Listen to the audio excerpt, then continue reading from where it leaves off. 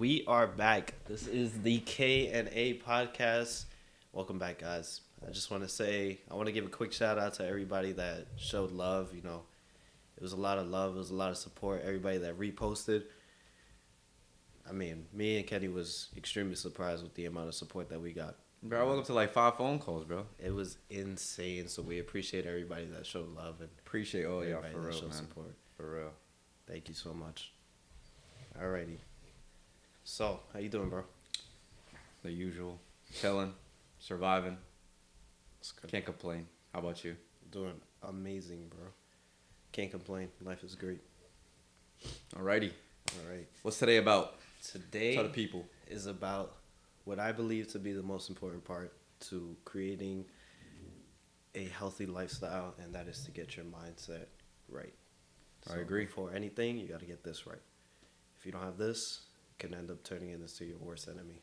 It's a mind and body connection. Yes, sir. So, what do you consider to be a healthy mindset? Anything that doesn't revolve around if you can't pinpoint something that you've done wrong and grow from it, that's already a step in the wrong direction. I don't think there's a clear definition as to what a unhealthy mindset is. I think there's a bunch of factors that make it that way, like victimizing yourself, not wanting to get back up when you get put down I think a lot of things that you decide to just accept rather than fight for are just signs of like unhealthy. So I don't think there's a clear definition. I just think that there's a lot of factors that play into that. If that makes sense. We're not going to touch base on every single thing because there's too much to go over. No, of course. We could definitely give you a few tools that should help. Mm-hmm.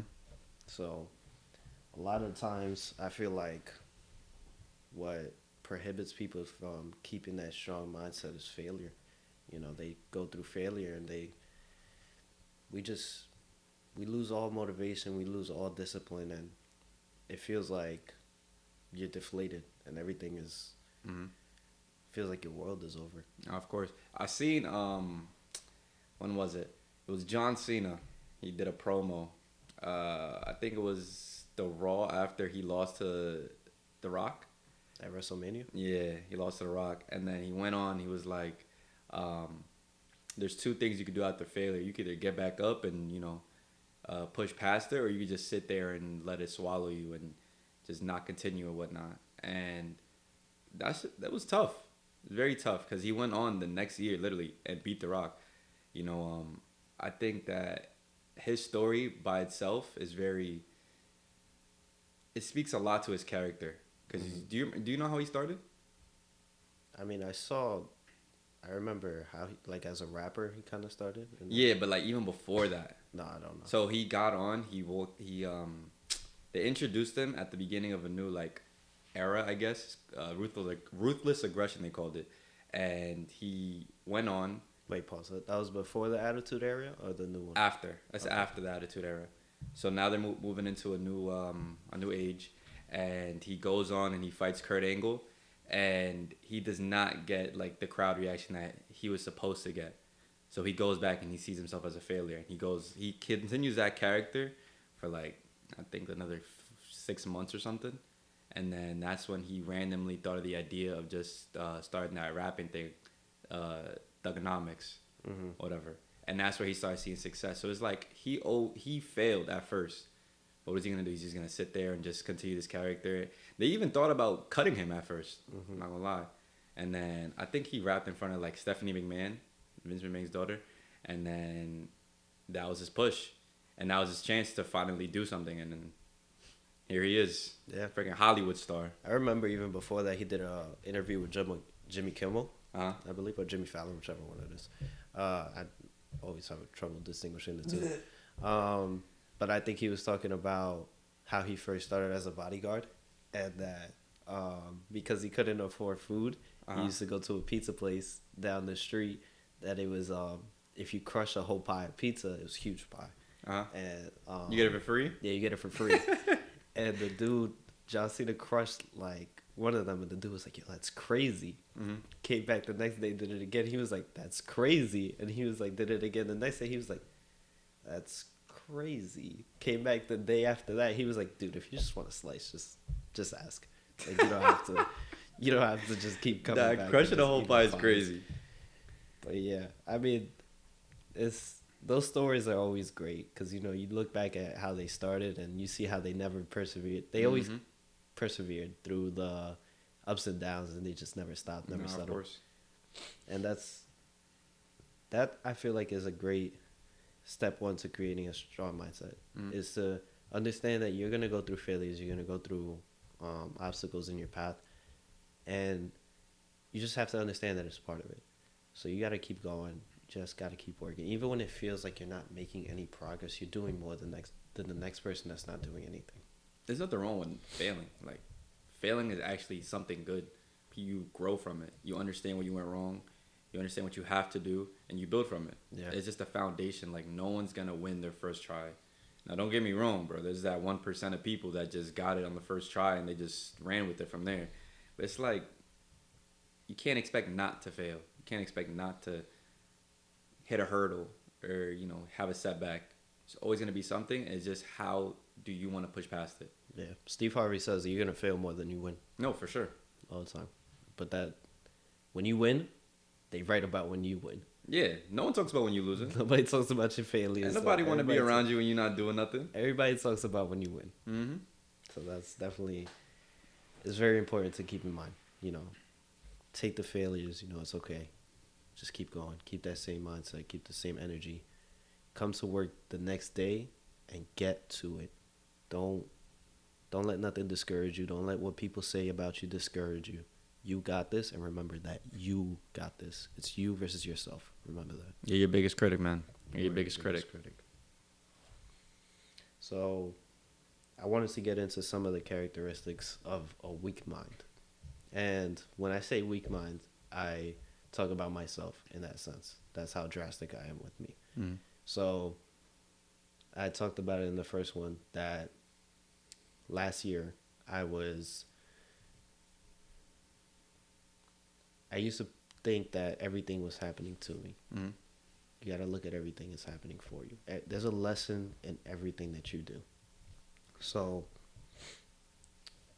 you can't.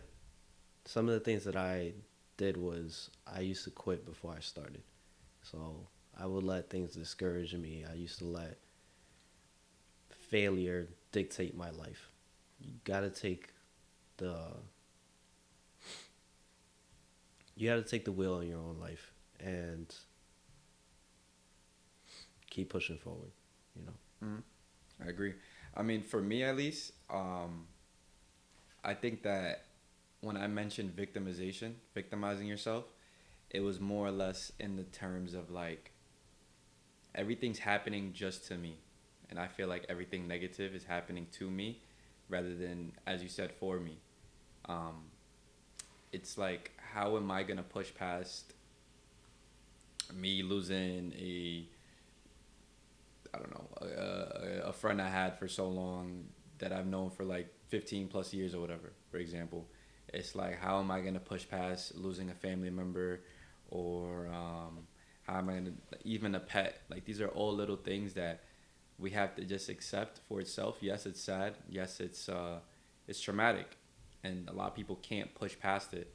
And I think that's exactly what holds a lot of people back, is that they hold on to all these values that they don't quite understand is happening for a reason. Death, to me, is very sensitive only because I feel like I don't like losing people. But I have to just accept that I want the best for them. And if putting them in a better place is what's going to happen, because I believe in I believe in heaven and hell and reincarnation and all this. I believe that they're going to a better place and that the world right now for them isn't there for them anymore. And they just have a better place somewhere else. Mm-hmm. So, yeah. I mean, to give a little backstory on my life, I have my dad's brother. He killed himself. And nobody really knows why. Like people have suspicions, but that's one of the things that I wanted to do with this podcast is to make sure that people understand that they're not alone. You know, when this turns its back against you, it's the worst thing because it's in your own mind and nobody knows how to handle it because it's you. It's your own thoughts. It's your own feelings, everything like that. It's so hard to find the answer in yourself when you don't even know what's wrong with you. Yep. You're just feeling down, you're just feeling sad and stuff like that. But I wish that anybody going through something like that can come to this podcast and understand that you're not alone. People go through all those things. And like I said in the beginning, this is an umbrella. This is a family under this podcast. And we ain't going to leave you out there. We're not going to let you struggle. We're not going to let you let you sit in the rain. We got you. You come here, we got you. There's always a place in the world for you, man. Always a place. People that feel alone don't understand that. And I think a lot of it is due to your mind shutting down on you, which blocks out all outside noise, and you're literally just stuck with your own thoughts. So that even makes you feel more alone than what you already are. And some people don't even know that they need the help. Some people just much rather let them be swallowed by the sadness, and it's one of the main pillars of a weak mindset. I'd much rather have you break down crying in front of me, because at least now I know what's on your mind. Now I know that you're expressing yourself, and it's a lot easier for you to understand what you're going through. Vocalizing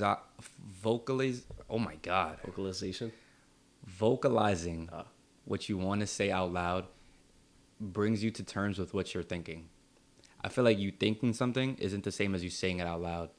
I feel like you get a lot more connected to your words than your thoughts. Mm-hmm. So even just speaking to like a therapist, there's nothing wrong with going to therapy. There's people that are perfectly fine, but they go to their therapist so they can speak out their thoughts. Mm-hmm. There's nothing wrong with therapy. And that's just the weird thing that people think that, oh, you go to therapy, something must be wrong with you. Nothing wrong with going to therapy. Yeah. You ever went to therapy? I never went to therapy. I have friends that are therapists. My friends are my therapists. Imagine me paying somebody. Friends are free, bro. You know that, right?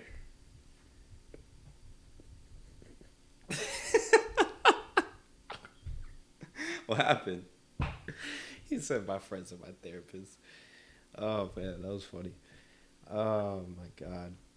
Yeah, no, I've never been to therapy myself, but I know friends that go to therapy and it helps them a lot. So if it works for you, it works for you. For me, I don't think it would work. I just feel like me paying somebody to tell them my problems is, I don't know. I just feel like it's like no. Surprisingly, though, I've had people that say the same thing, and they go to a therapist, and they give them a whole new insight on life. Because the thing is about a therapist is that they've spoken to so many people, and they're able to conjoin so many like ideas and concepts together that could work for somebody, could work for you. Or if this doesn't work, I know another patient that, you know what I'm saying? Like, they just have so many routes they could go that it's incredible. And I think that everyone should go to therapy once. So I might even go to therapy. Mm-hmm.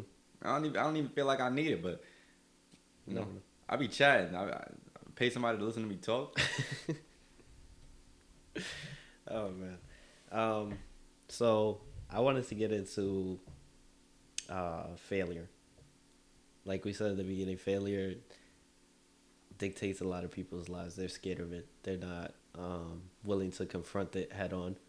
And how do you look at failure in your life, and how do you choose to not let it define who you are? I think it definitely depends on how you interpret failure. Like, I went through college, I did 4 years, and I didn't do nothing with my degree. Am I a failure for that? No. I think so. You think so? I think I just wasted 4 years of my life. I wasted a bunch of money each semester, and I did nothing with that degree, so I feel like a failure. But what am I going to do? I'm going to be like, damn, I should go back to school and, you know, get another degree. That's an option. I mean, am I going to sit here and just wait for something to magically fall into my hand that revolves around this degree? No. I'd much rather do something else and push past it. Mm-hmm. And then I already feel like a failure because my parents wanted me to go get this degree and get a job right after. But it's been a year now, hasn't happened. I can't do nothing but really grow from it. Wait, so they wanted you to take that major, or? No, they didn't want me to take that major. It was more or less like they wanted me to just go to school. Go to school and get a degree and then get a job after that. Pretty much the like typical cycle of like how people are in America. We go to school, go to college, get the degree, get a job. That's just not the route that I guess I took. I don't know if in the future I might do it. I don't know. But at the moment, I haven't done anything with it. So some people consider that a failure. I consider it a failure. I probably could find a different route in order to make money enough to want to retire my parents, and because their plan is to just move to DR. So Yeah. Failure to me is if you're not willing to learn, you're gonna always fail. So you always have to be willing to have a childlike mindset. yeah, So you always have to be willing to pull pieces from people, and I think Kobe told this to Giannis when he was first coming into the league. Giannis asked him for advice, and he said to have a childlike mindset. So absorb the game fully, understand the ins, the outs, watch film, learn people's weaknesses, all that stuff. So I don't know. I guess failure is how you perceive it to be, in a way. I look at failure and I say that's a stepping stone. It's just a bump in the road. You just gotta keep going. I feel like failure is just close to impossible to avoid. Yeah, it's always you're always gonna fail at everything. Everything that you pick up, more often than not, you're going to fail in the beginning. I'm not gonna lie, if you nice at everything you touch, bro, then I don't know. You need to hit the lottery or something. Yeah, you're just not human at that point. If you touch a basketball and you already nice, bro, I don't know what to tell you, bro. You need to go to the A immediately. Don't even go to college or nothing like that. I mean, don't get me wrong, there's prodigies. There's prodigies and stuff, what I'm saying? But like there's just something different about failing and getting back up. Rather than things just being handed to you. I think it's just you take a second and you're appreciative of the grind and you're appreciative of the work you put in to know that you failed and you got back up. You didn't just stay on the ground. You didn't allow yourself to just sit there and just do nothing. You actually accepted that you wanted to do this. You worked for it. You may not have gotten to the point where you want to be yet, but you're working towards it. And just because you failed once don't mean you're not going to fail again. It's just how bad do you want it? Yeah. There's some people that use quotes during like failure to get them through. Do you have any? Nah. No? You know what I bump? Tough, heavy metal music. That's what you do? Yeah. During failure? Yeah.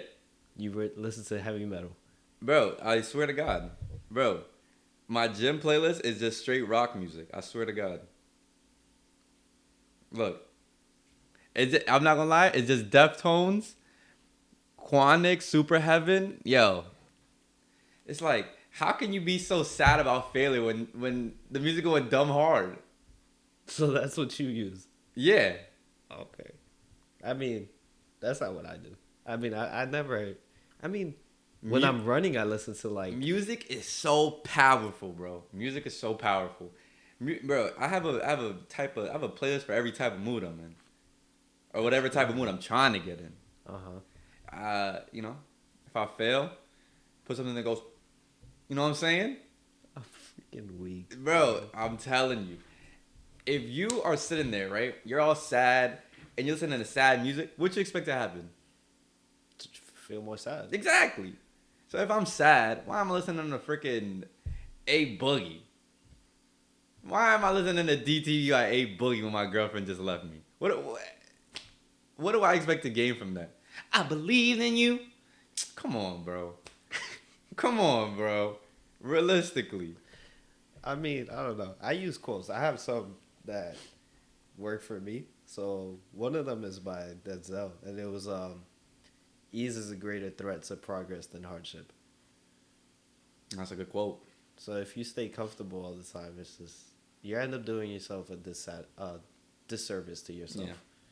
Because there's nothing that you can't get nothing from just staying in the same place all the time. Mm-hmm. You have to be willing to grow. You have to be willing to learn. And that's what I look at now as growth is never ending. You're constantly growing. There are people that in their 50s say, "Oh, I'm better than I was in my 20s." Mm-hmm. And people look at that and they go like, "There's no way. Like you were in your prime in your 20s." But they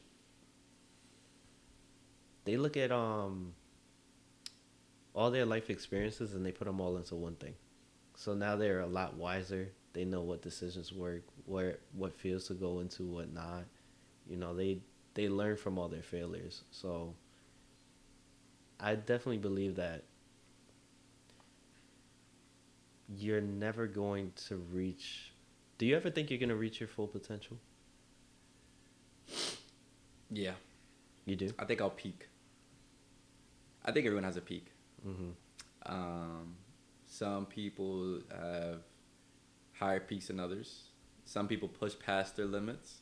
But I feel like there's always a prime. Like there's always like LeBron James, for example. I feel like we're talking about basketball a lot today. Yeah, I mean, Like LeBron James was for sure 40,000 times better a few years ago. mm-hmm. And I feel like he's peaked. Do you feel like LeBron James could get better? I think he's at his best state right now. He's shooting the 3-ball better. He sees the court better. Is you winning a chip, though? Could. They could. Listen. Didn't they just get fried by the Nuggets? Last night, yeah. But you also look like he did his part. And AD did his part, too. It was the surrounding cast that didn't do their part. D-Lo didn't do his part. AR didn't do his part. So if they would have done their part, they probably would have won that game. But they just let it slip because, you know, they just weren't doing their part. True. But I feel like he just has a peak in his play. I can't tell you the exact year, but I think he was way better before.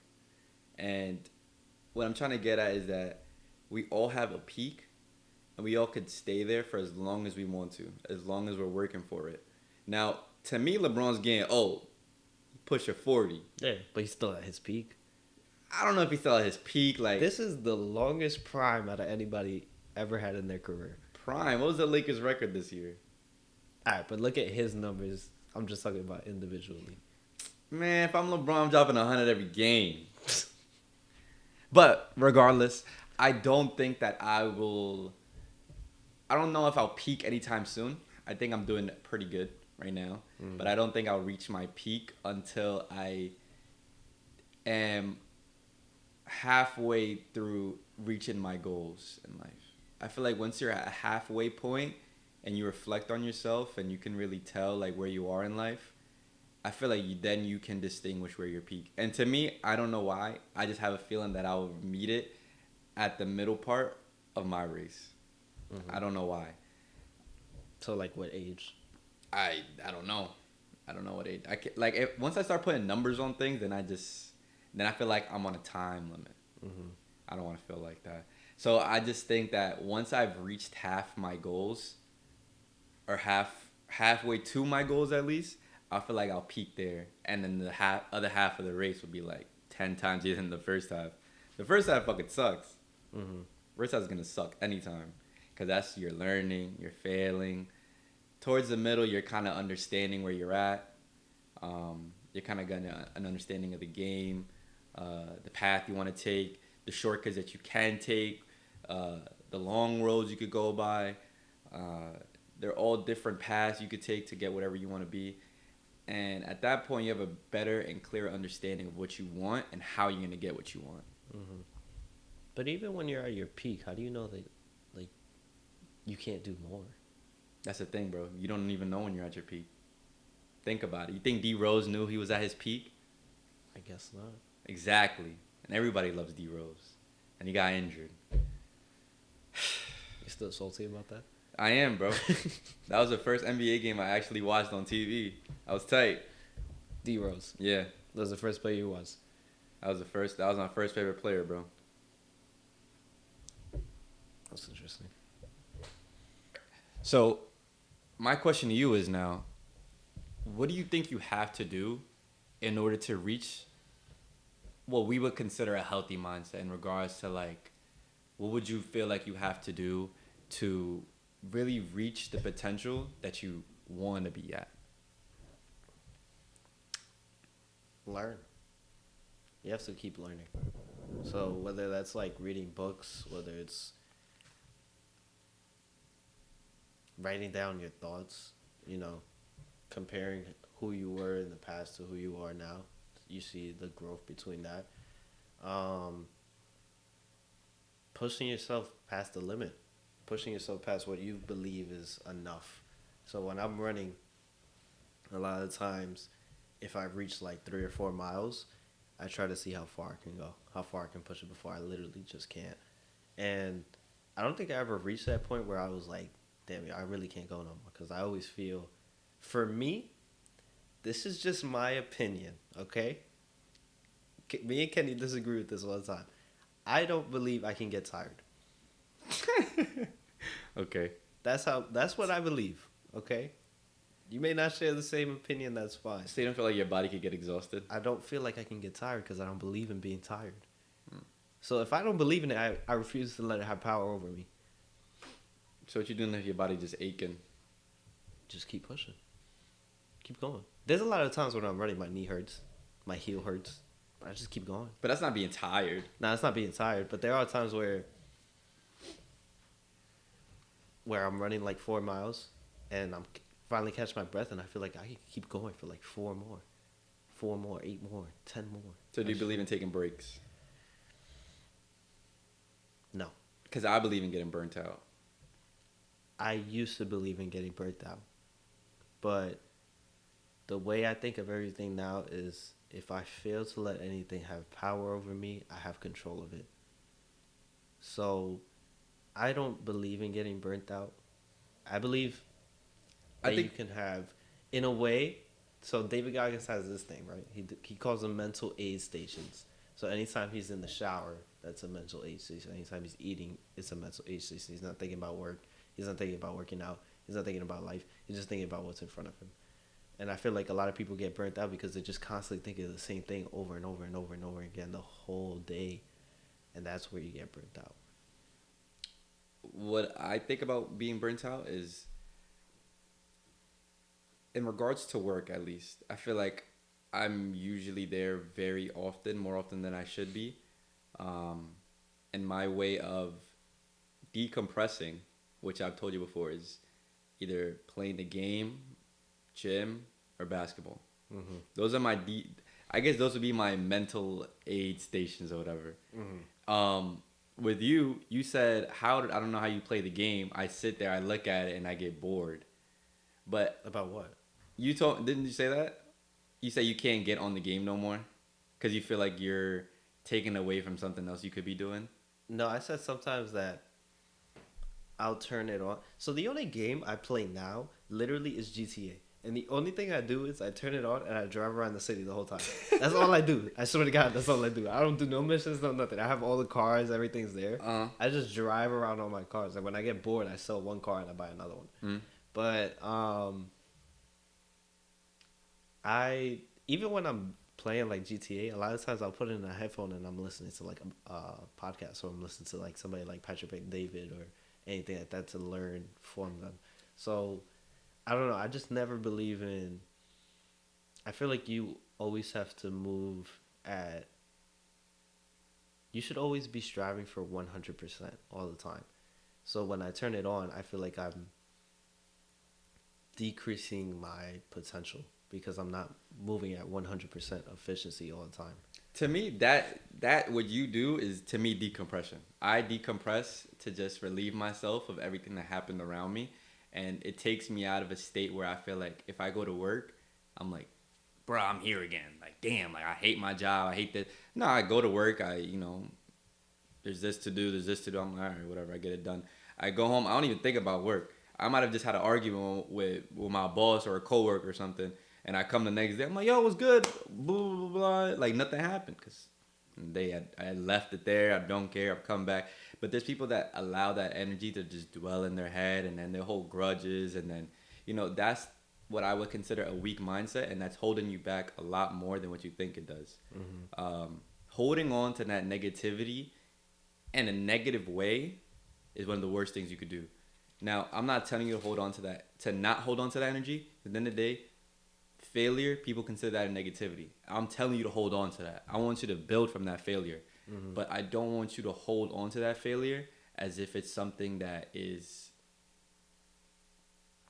fatal to what you want to create. Yeah, you gotta let go of the things you can't control. Yeah, I agree.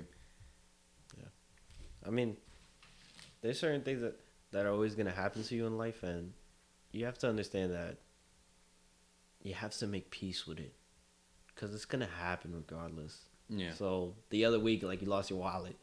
Oh my God, But, bro! I lost it literally last week. But you can't dwell on it too much. You have money in there. It's fine. It happens. You was upset in the moment, but it didn't ruin your day. You know what it is though? I think my problem is that in the moment, I think very negatively. I think very negatively. Like in the moment, you saw how tired I was, bro. I went home, bro. I was like, Mom, I lost my wallet. She's like, are you serious? He started looking around. I was so tired. I drove back, looked around the block, asking people around. Even if they had it, they wasn't going to be like, yeah, I have your wallet. I'm like, all right, bro. So I was like, whatever. I went out, had a good day with my girlfriend. I wasn't going to let, 15 minutes of my day ruin the rest of the 24 hours. So it's all a matter of perspective. Yeah. If you see a wallet, or if you saw a wallet near Howard Beach, please return it. Put it in the mailbox or It's something. a Gucci wallet with the Gucci snakes. It had all my cards, my licenses. I was one sticker away from a free car wash, bro. Can you believe that? Now I gotta go back and get 6 more car washes before I get a free one. It's okay. Right, and you know what's crazy? Now I got this default skin wallet. What is this? This is the default skin. That's an Amazon wallet. Bro, I don't even know where I got this, bro. I just found it. I got the default skin. There's no cards in here, bro. There's nothing. I'm weak. I just like the feeling of having it in my pocket. Don't lose that one. I'm trying not to, bro. I'm keeping it real tucked in my pocket this time. Oh my God. Yeah, between you and Juan, I think I'm just like a bad luck for like people that lose their wallets, because he lost his wallet when he was with me. You lost your wallet when you was with me. So are you about to like reinstate us? Nah. Oh, okay. Nah, yeah, I had too much breach in that wallet. Bro, all my tips, bro, is gone, bro. That was like 3 weeks worth of tips. Yo, you know what's funny? I'm going and tell people the story what happened. They're like, how much money did you have in it? And every time they ask, that shit will break my heart, bro. Yeah. So Because you think about all you did during those 3 weeks, and you're like, damn, bro. That was a good week for tips, too. That was a good week, bro. I was doing 40 hours. I've been doing 40 hours the past few weeks, bro. I had the most tips out of everybody. Tragic. Oh, God. Yeah. But yeah, don't let things that are out of your control affect your day. So one bad thing happening in your day does not dictate the entire day. yeah. Like, people will have one little thing happen to them. Oh, my day was bad. My boss yelled at me. Okay, Yeah. so what happened the rest of your shift? Yeah. No, it's pretty chill. Like, I didn't really do much. So I was at a bad day. My boss, they're just being annoying. Seemed like I had a pretty good day to me. It's just one little hurdle. Yeah. Everyone always focuses on the bad. Yeah. I could have a bad moment, could have a bad minute, could have a bad hour, but I can never have a bad day. So something that works for me that I'll share that I learned, I forgot where I saw it, but it was you give yourself 5 minutes. Bitch, you moan, you complain, throw something, hit a wall, whatever. After those 5 minutes, you say 3 powerful words, and that's can't change it. Can't change it. It happened. It's in the past. True. What you gonna do? Go back in the past and be mad about it? If I could go in the past and change it, I would, though. Yeah, but you can't. I can't. Exactly. Like, I'm not gonna say I got a bad year. You know how my year started, bro? Oh. They broke my car window. Oh yeah, Remember? that's right. Yeah. They broke my car window, and then someone hit my car. I feel like that always happens when you get a new car. Like I feel like when people get new cars, like something always happens to it in the beginning. So nothing bad happens to it later. No, I didn't say that. I'm just saying, like I feel like every single time that somebody gets a car, the only person that I know that got a car that never had a bad experience is my cousin Sadia. That's the only, and he had two this past year. Like, wildin', but yeah, nah. I mean, he's the only person that I never heard of having a bad experience with their new car. I don't know. I mean, the thing was when I woke up that morning, I literally was like, I left my window open. I got a little close. I'm like, bruh, come on, bro. You know what's crazy? They did all that and then they threw me $5 in there. Yeah, They left my $5 bill in they there. left your $5. So it's like, what was the point? And then this lady hit my car. I was so mad because she was like, there's no damages. Bro, my whole freaking side was scratched up. Yeah, She was over here talking about, I'm not made of money. I can't pay for all this. Yo, luckily, the one thing I'm grateful for, where did I go? I went to Sunny's. You know what Sunny's is? It's on the Atlantic. here. Yeah. No. It's closer to the Van Wyck. Somewhere around there. In that area. I'm horrible at geography. But regardless, yo, they cleaned it up and they literally buffed it all out free. And there was like a little speck of just paint chip. They put a little bit of dab of paint. Mm. Now you can't even know if you're not looking at it. And I'm like, all right, how much I owe you guys? He was like, don't even worry about it. Yo, I'm not gonna lie, that took my mind off the entire car crash. Like, I did not care about it at all. And it's like that little gesture of kindness, it really pushed me to think like, you know, although this happened, and yes, it sucks, and yes, I was riding around in this scratched up car that I literally just got, it can be fixed. Yeah. There's all things that I can be. There's many things in this world that you can be given back and you can regain. I could get that money back from that wallet. I'm not gonna have the exact same wallet. I'm not gonna have those exact same cards, but I can be made whole again, essentially. Mm-hmm. Like I literally got back mostly everything that I had in that wallet. And I'm not just gonna dwell in the past and cry like, oh, I still don't have my wallet. My car still got this scratch on it. My window isn't the same as the other three. It's like, it's okay. Yeah, materialistic things can always be fixed. Yeah, of course. You can. Take care of yourself. Take care of your mind. Get yourself in a better place. I mean, you saw that guy that got a new heart. Not a heart. He got a new lung. Who? I don't know, bro.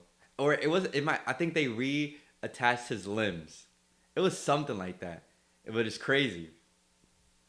What are you talking about? Bro, this guy got his arms reattached. Like, they sewed it back to... Like, I think the cut was so clean that they reattached the nerves in his arms. I don't even know. But I swear to God, I saw it, though. On Instagram. Yeah. Is that fake news? That was mad random. I don't know. It was the first thing I thought about. So, what do you think is... What's a brutal lesson about life?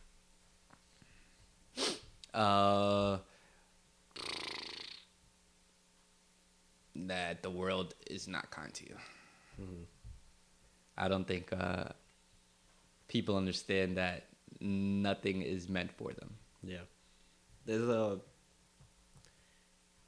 something that I heard that I live by, and it's when you're born, especially as a man, you have no value to this world. You have to create your own value. So you have to make yourself important.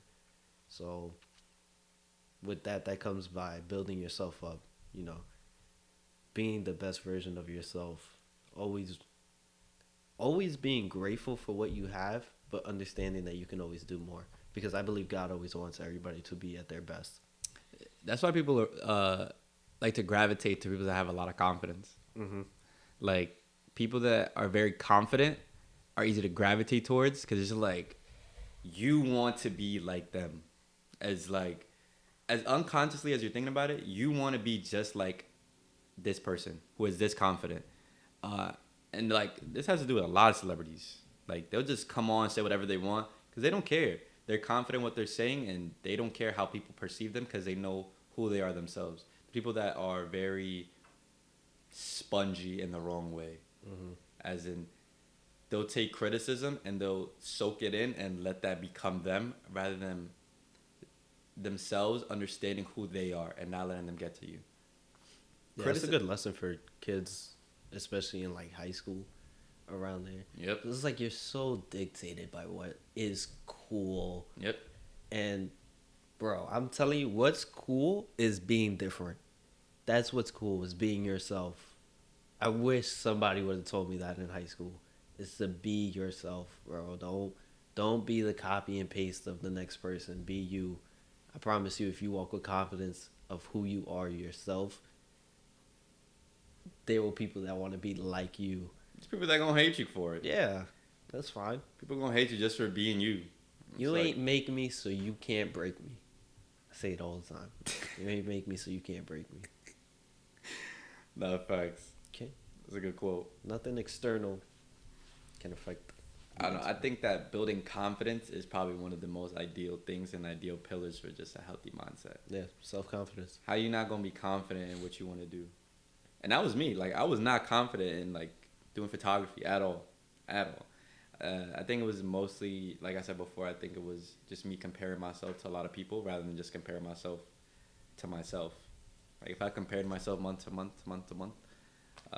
there's definitely a huge growth, a huge development, a huge, like, you can see the potential that I have, and I'm damn near not near my peak. Yeah. Yeah. We'll give a little teaser to the next episode real quick. Next episode, we're having my cousin. His name is Juan. He's a barber. If you look at where he started to where he is now, the growth is insane in like a time span of a year. And that's because he soaked up everything. He learned as much as he could from the people around him. He didn't let...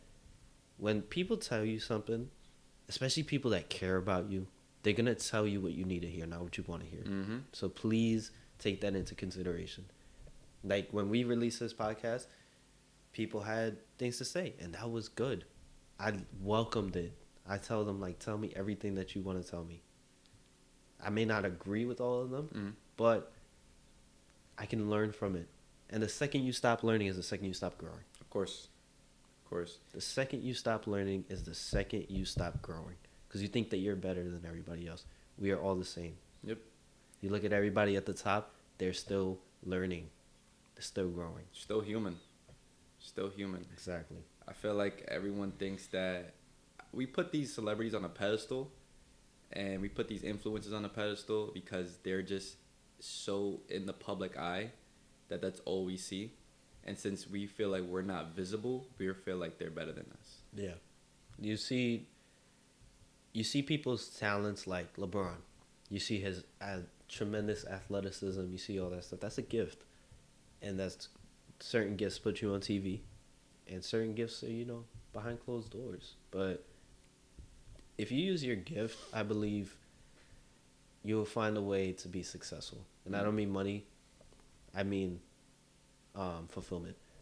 So if you're using your gift to affect the person next to you, like your gift, I feel like is your personality, your tone of voice, the way you can change the energy when you move into a room. That's all very powerful. Like when you first got to Starbucks, when you first got to our store and you got promoted, the energy was low. The second you got there, I swear to God, in the first month, everybody's energy was up.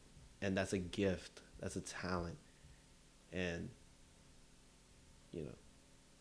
it's certain people feel like that's not a gift because it's not on TV or it's not broadcasted through social media. But it is a gift. Yeah. I mean, I think it definitely depends on perspective on what you say by gift. Because I feel like everybody thinks that their gift should land them success immediately, which is not the case. LeBron was gifted a fucking beautiful build. It's a hunk of a man. All right. But, like, just because he had that doesn't mean he's going to the A. Mm-hmm. You know what I'm saying? Like, he worked hard for that. Yeah. He came from a single mother home. Like, he worked for that. He didn't just wake up and was like, yeah, I'm good at basketball and I'm just gonna do this and I'm gonna just be the best player I can be and then be compared to the GOAT. You know what I'm saying? So it's like, how are you gonna use your gift to really benefit not only yourself but the people around you? And how confidently can you say that your gift is unique? Because I feel like everyone's gift is unique. Yeah. It could be similar, it could be close to the same, but the way I use it is always unique. There's always a unique manner in how you use and just perceive yourself in the public eye. That's what I think. Mm-hmm. Yeah. So, are there any people that, with a strong mindset, that you would create or try to mirror yourself after? Or just try to copy their mental model in a way? I don't know about copy. I wouldn't want to copy anyone's model. Like, copy and paste kind of thing, like have their exact mindset. No, I feel like I would take aspects of it, but like, I don't know. Yeah, aspects. I Like they're like something that you like that they do that you feel like you want to incorporate in your life. I think I like take away people's confidence. Mm-hmm. I feel like there's not a particular person, I would say. I think a lot of times when I'm speaking to people and I see how confident they are, it kind of rubs off on me and it makes me want to build on my confidence as a person. Things like, for example, let's say Wajid, for example. Mm-hmm. Wajid is probably very confident, but he doesn't show his confidence. Mm-hmm. He's very humble about it. You, for example, you're very humble, like extremely humble. Like, you don't be wanting to say nothing to nobody about, like, I would, if someone was to tell me that you were talking to them as if you were better than them, I would immediately know they're lying. Mm-hmm. Like, there's no way. Because you're probably one of the most humble people I know today. I appreciate that. No problem. And that's probably something I would take away from you, is being more humble. But, like, how humble could I be, like, in an M5 comp, midnight purple with white interior? You know what I'm saying? Think about it. I'm just saying. I always said if I get a Porsche, man, I'm talking my shit. Because it's a Porsche. Like, you feel me? Like, that's crazy. Yeah, but, like, M5 comp midnight purple is low-key dusting. All right. You dragged it. Because a Porsche 911 is leaving that thing in the dust. Now if I get down 5 in the tune. And go state. Get the same thing. No. Yeah. I'm just going to double what I got. I'm going to hit 1,000. Like, it's over. But yeah, man, like, I don't know. I think I take away little aspects of people and I kind of mesh it around how I would want to think. I don't think I necessarily want to copy someone's entire mindset and how they view things. Like, for example, I would say David Goggins for you. I feel like he'd be a pretty strong person that you would want to take inspiration from, but I don't think you'd want to copy it exactly. No. Because you have different experience from him at the end of the day. Mm-hmm. He's a big believer in performing to your fullest capability. So he understands that a lot of people don't reach their full capacity. So I believe that most people optimize at maybe 50% because they don't really understand. And that's, I'm speaking for myself too. I don't really understand how far I can probably go. You know, like, he knows his body so well. You know, he says this all the time. He's like, I know my body so well. So I know exactly how much I can handle. I know exactly how far I can push it. But him more than anybody moves at 100% efficiency every single day. Does not take a single day off. Ever. Writes books, he's I think it's a pararescueman. The people that jump out of planes in forest fires and they put the water out. Oh, nah. Does that. But somebody that I acknowledge their confidence is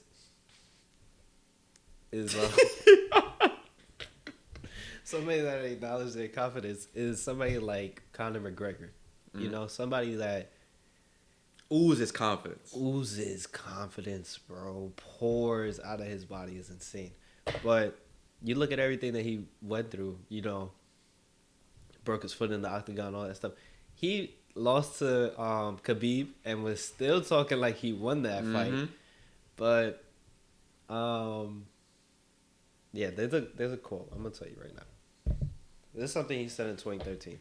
Now we're in 2024, and everybody knows who Conor McGregor is. I think he's reaching almost $1 billion, like his net worth. If he's not already there, I don't know. But this is what he said in 2013. I've lost my mind on this game like Vincent van Gogh dedicated his life to his art, and he lost his mind in the process. That's happened to me, but fuck it. When that gold belt is around my waist, and my mother has a big mansion, my girlfriend has a car for every day of the week, and my kids' kids get everything they ever wanted, then it will pay. Then it will be happy. I lost my mind. So you look at some of his accomplishments. First UFC fighter to simultaneously hold titles in 2 weight divisions. Proper 12 is, I think it's whiskey, if I'm not mistaken. So for $600 million. Jeez. 2021, he was the highest paid athlete. Now he did his movie. He was the highest paid debut actor ever.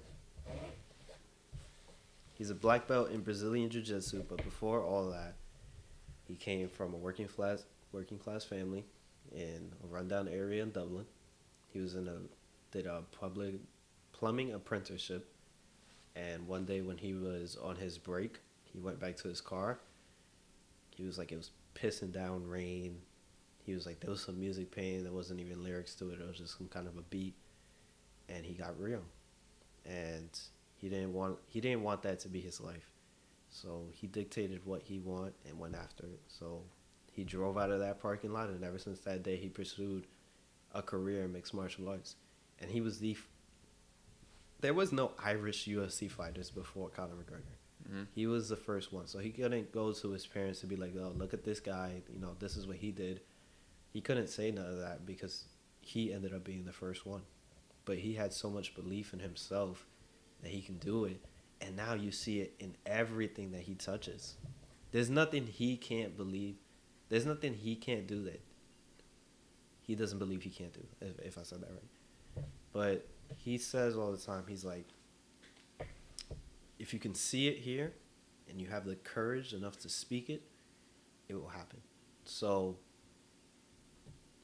everything that I saw about this podcast when I was running came to fruition on like the first day. Not to the level that I hope it'll achieve one day, but in terms of support and everybody that took something from it and that liked what we had to say, it meant the world because I saw it when I was running. That's what's so crazy. Bro, it was beautiful, bro. It was beautiful. When I was running, I prayed and I said to God, I said, leave me in the right path to affect other people, because a lot of the times in the past I used to only think about myself. So how can I get here? How can I get this? How much money can I make? Blah blah blah. And this year I focused on affecting other people, because there's tremendous satisfaction that you get from just seeing others do great, and maybe you played a part in it. So when I was running, there's a big pond in the reservoir where I run. And I was running, and it was sunny. It was cold because it was like still in January. But I looked into the lake, and I saw this exact setup. The way it looked, the way the table looked, how you were going to sit across from me. I saw it. And it's crazy that when we first started it, the second episode, obviously, because the first one the footage wasn't good, but we were very comfortable. And it's because we saw it up here, and I had the courage enough to speak it. Of course, man.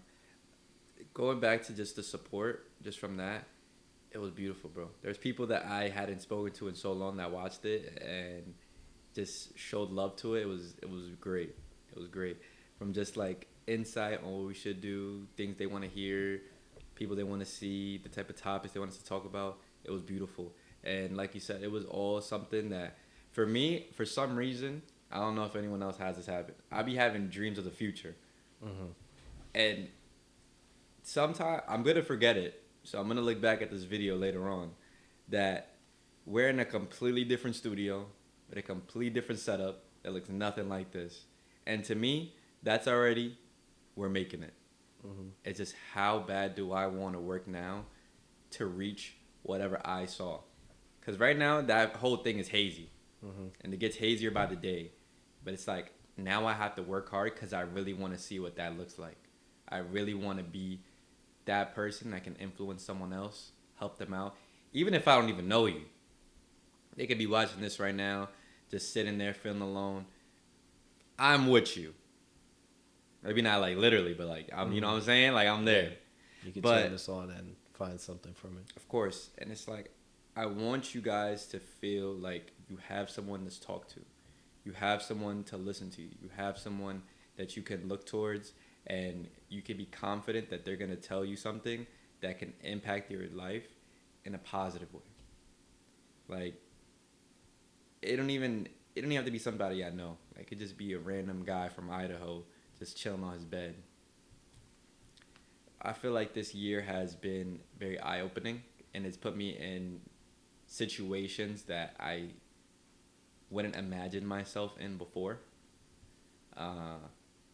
In New York, at least, you meet a lot of people, and it kind of depends on the takeaway you want to get from just talking to these people. Mm-hmm. Like the other day, I talked to this lady because she didn't know the. So I'm walking to work. Let me start over. I'm walking to work. This lady's waiting for the bus. She goes, "Yo, you know when the bus is coming?" This sweet old lady. I'm like, "I don't." And then she starts telling me her life story about how she has to go to work, and the bus driver didn't wait for her, and she didn't want to run because she was scared she was gonna fall, and then she was just hoping for the next bus to be a nice guy. And personally, I don't know what to say to her, so I'm just listening. Mm-hmm. And it was more or less a time where I'm thinking, like, how would I have reacted to this lady 2 years ago? I'm not gonna lie, I could tell you how I would react. I'd be like, why are you talking to me? Yeah. Like, leave me alone. And I would just go on about my day. But I sat there. I mean, I didn't sit there, but I stayed there and I spoke to her. And at the end of the conversation, she was actually very grateful that someone stopped and actually spoke to her because everybody else was ignoring her. Mm-hmm. I didn't know that until she told me at the end, but it was like, it was eye-opening in seeing how little effort I put into just standing there for a few minutes and just talking to her could change her whole day. So I think that stuff like that is very impactful, and just being the type of person that wants to help somebody else is what we need in this world right now. Everybody's for themselves. Nobody's really out there to just stop and help someone else out when they're on their own race. When in reality, your race could include everybody around you. Would you say that it's like that now because of the friends you have now? No. I think that I've always surrounded myself around people that could be positive. I think that I did a lot of self-reflection on myself and saw how selfish I was being rather than selfless. Mm-hmm.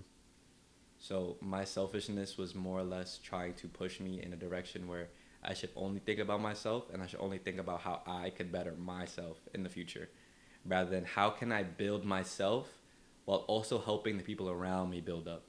Mm-hmm. So it's like, you don't want to be too selfless, but you also don't want to be too selfish. It's a yin and yang. You want to have a correct balance of both. Mm-hmm. Yeah, I mean, for me, I'd take the account of show me your friends and I'll show you your future very seriously. So I like to surround myself with people that just want to be great, you know?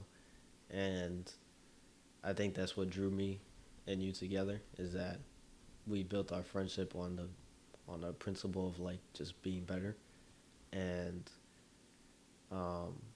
that's just, I feel like that's my whole circle right now, because everybody is doing something that puts them in a better place, you know.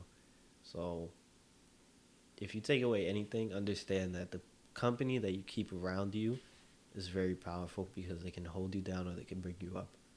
So like you said, you wanted to better yourself to bring up the people around you. And if you can do that, then that circle ends up becoming so strong because they saw something in you and applied that to themselves. Mm-hmm. So it's like, I mean, a group can start out a little rocky, but once you understand each other and you figure out what each person is, and you can pull certain things from other people, then that group just ends up becoming so powerful. And I feel like I have a very powerful group right now.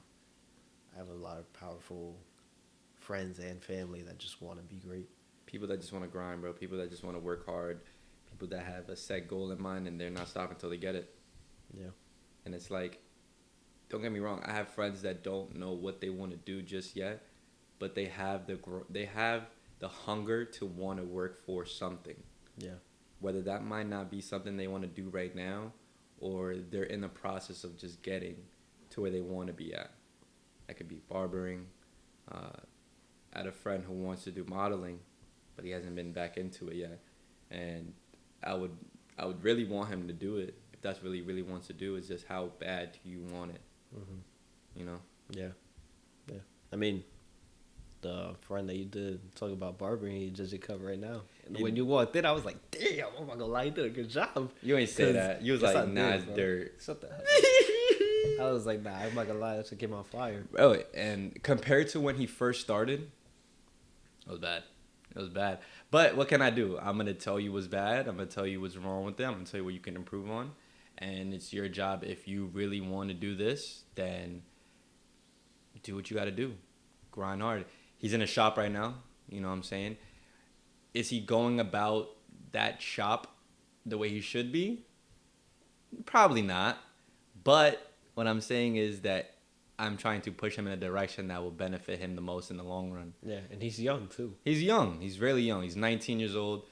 He's about to be 20 this year. But he still has a lot of room to improve, and he still has so much time to make mistakes. Mm-hmm.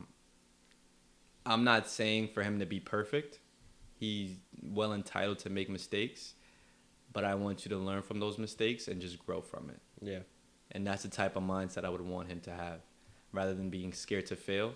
Because even in the beginning, he was always nervous. And, from a 4-hour cut, just to not like it in the end and lack the confidence that you needed. And that was his biggest problem, lacking confidence in his cuts. Now he's regained that confidence where he feels like he's confident enough to cut any type of hair right now. It's really just up to him and how bad he wants it and the type of grind he wants to have. Yeah. It's all about growth. All about growth.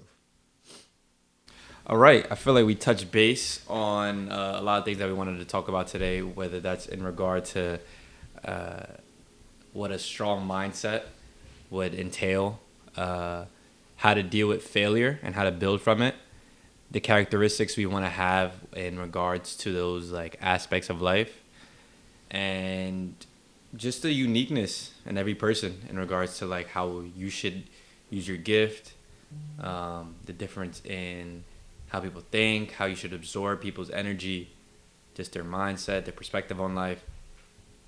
Overall, just be a better person. Yes, sir. Do you want to introduce what we're going to be doing next episode? Yes, sir. So, the next episode is very special.